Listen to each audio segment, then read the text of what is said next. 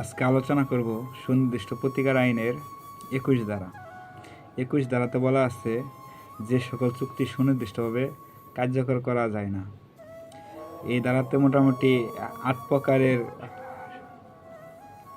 চুক্তি সুনির্দিষ্টভাবে কার্যকর করা যায় না। ১ নম্বরে হইল যদি আর্থিক ক্ষতিপূরণ দ্বারা পর্যাপ্ত প্রতিকার পাওয়া যায়, এমন কোনো চুক্তি যেখানে অর্থ দিয়ে চুক্তিটার ক্ষতিপূরণ পাওয়া যায়, সেই ক্ষেত্রে আদালত কি বলবে, সুনির্দিষ্টভাবে ডিগ্রি কার্যকর করার জন্য ডিগ্রি প্রদান করবে না। ২ নম্বরে আছে যখন অসংখ্য বিবরণের সমষ্টি একটা চুক্তি হয়, যে এটা কি করে, যেমন কোনো ব্যক্তি যোগ্যতার উপরে নির্ভর করে কোনো চুক্তি। এই ৩ নাম্বার আছে যে চুক্তি শর্ত বলে আদালত যুক্তিসঙ্গত নিশ্চয়তার সাথে নির্ণয় করতে পারে না। ৪ নাম্বার আছে যে চুক্তি তার প্রাকৃতিক কারণে বাতিলযোগ্য। ৫ নাম্বার আছে ট্রাস্টিগণ কর্তৃক সম্পাদিত যে সকল চুক্তি। ৫ নাম্বার আছে কোনো কোম্পানি বা পাবলিক কোম্পানির যদি কোনো ক্ষমতার বাইরে কোনো চুক্তি করে সেই সকল চুক্তি। সাথে আছে কোনো চুক্তি ৩ বছরের বেশি সময় ক্রমাগত কাজ করতে হবে এমন কোনো এরকম চুক্তি। ৮ নাম্বার আছে যে সকল চুক্তি স্বাক্ষরিত হওয়ার আগেই বাতিল হয়ে গেছে বা বন্দোবস্ত করা হয়ে গেছে। এই ৮টি ক্ষেত্রে এই চুক্তিগুলো সুনির্দিষ্টভাবে কার্যকর করা যায় না।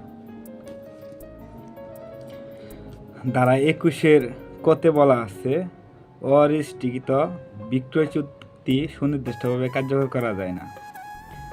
যে সকল চুক্তি করা হয়েছে কিন্তু রেজিস্ট্রেশন করা হয় নাই, সেই সকল চুক্তি কি করা যায় না, কার্যকর করা যায় না। এটা হলো ধারা ২১-এর কতে বলা আছে।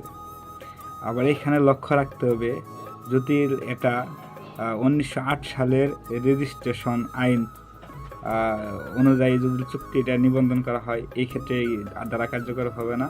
এবং কি আর একটা জিনিস লক্ষ্য রাখতে হবে যে একটা চুক্তি বাস্তবায়ন করার জন্য আদালত নির্দিষ্ট একটা সময় দিছে টাকা জমা দেওয়ার জন্য, যে এতগুলো টাকা আপনাকে জমা করে দিলে আপনাকে এই চুক্তিটা সুনির্দিষ্টভাবে কার্যকর করার জন্য আদালত একটা ডিগ্রি দিবে। যদি দিতে বাদী পক্ষ বা বিবাদী যে পক্ষ ব্যর্থ হবে, সেই সকল ক্ষেত্রে কি হবে না, চুক্তি সুনির্দিষ্টভাবে কার্যকর করার জন্য আদালত ডিগ্রি দিবে না। আমরা এখন আলোচনা করব এই আইনের একদম ইম্পর্টেন্ট একটা ধারা। এই ধারা থেকে বারবার প্রশ্ন আসে, সুনির্দিষ্ট প্রতিকার আইনের ধারা ২২। এই ২২ ধারাতে বলা আছে সুনির্দিষ্ট কার্য সম্পাদনের ডিগ্রি প্রদান সম্পর্কে আদালতের বিবেচনামূলক ক্ষমতা। এটা হলো ডিসক্রিশনারি অ্যাস্টুডিক। এটা হচ্ছে আদালতের ডিসক্রিশনারি পাওয়ার। তবে এটা আদালতে কি বলে আরবিট্রেটরি পাওয়ার হিসেবে ব্যবহার করতে পারবে না। এবং কি ডিগ্রি সংশোধন করা যায় আপিল আদালত কর্তৃক, এই ডিগ্রি সংশোধন করা যায়। আচ্ছা, এই ধারাতে ডিগ্রি প্রদান না করে আদালত ২টি ক্ষেত্রে কি করতে পারে, তার বিবেচনামূলক ক্ষমতা প্রয়োগ করতে পারে। ১ নাম্বার হলো অন্যায় সুবিধা, মানে আনফেয়ার অ্যাডভান্টেজ। এমন কোনো চুক্তি বা যেখানে এমন পরিস্থিতি চুক্তিটা সম্পন্ন হয়েছে যে তা বাদীকে বিবাদীর উপর একটি অন্যায় সুবিধা প্রদান করে, মানে আনফেয়ার অ্যাডভান্টেজ প্রদান করে, এই সকল ক্ষেত্রে কি করবে না, আদালত ডিগ্রিটা সুনির্দিষ্টভাবে কার্যকর করার জন্য ডিগ্রি প্রদান করবে না। ২ নাম্বার হলো আছে হার্ডশিপ, মানে কঠোরতায়, যেখানে চুক্তি কাজ সম্পাদনে বিবাদীকে মানে কি করে, মানে কঠোরতায় বা জড়িয়ে ফেলে বা ক্লেশের মধ্যে জড়িয়ে ফেলে, এই ক্ষেত্রে কি করবে না, আদালত তার ডিসক্রিশনের পাওয়ার ব্যবহার করে সুনির্দিষ্ট কার্য সম্পাদনের ডিগ্রি প্রদান করবেন না।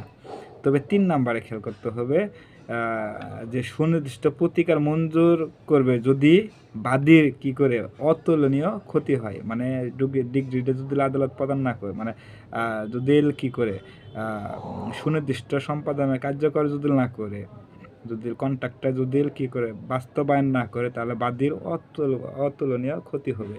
এই সকল ক্ষেত্রে কি করবে, সুনির্দিষ্ট ডিগ্রি প্রদান করবে। আশা করি সকলে বুঝতে পারছেন। ধন্যবাদ।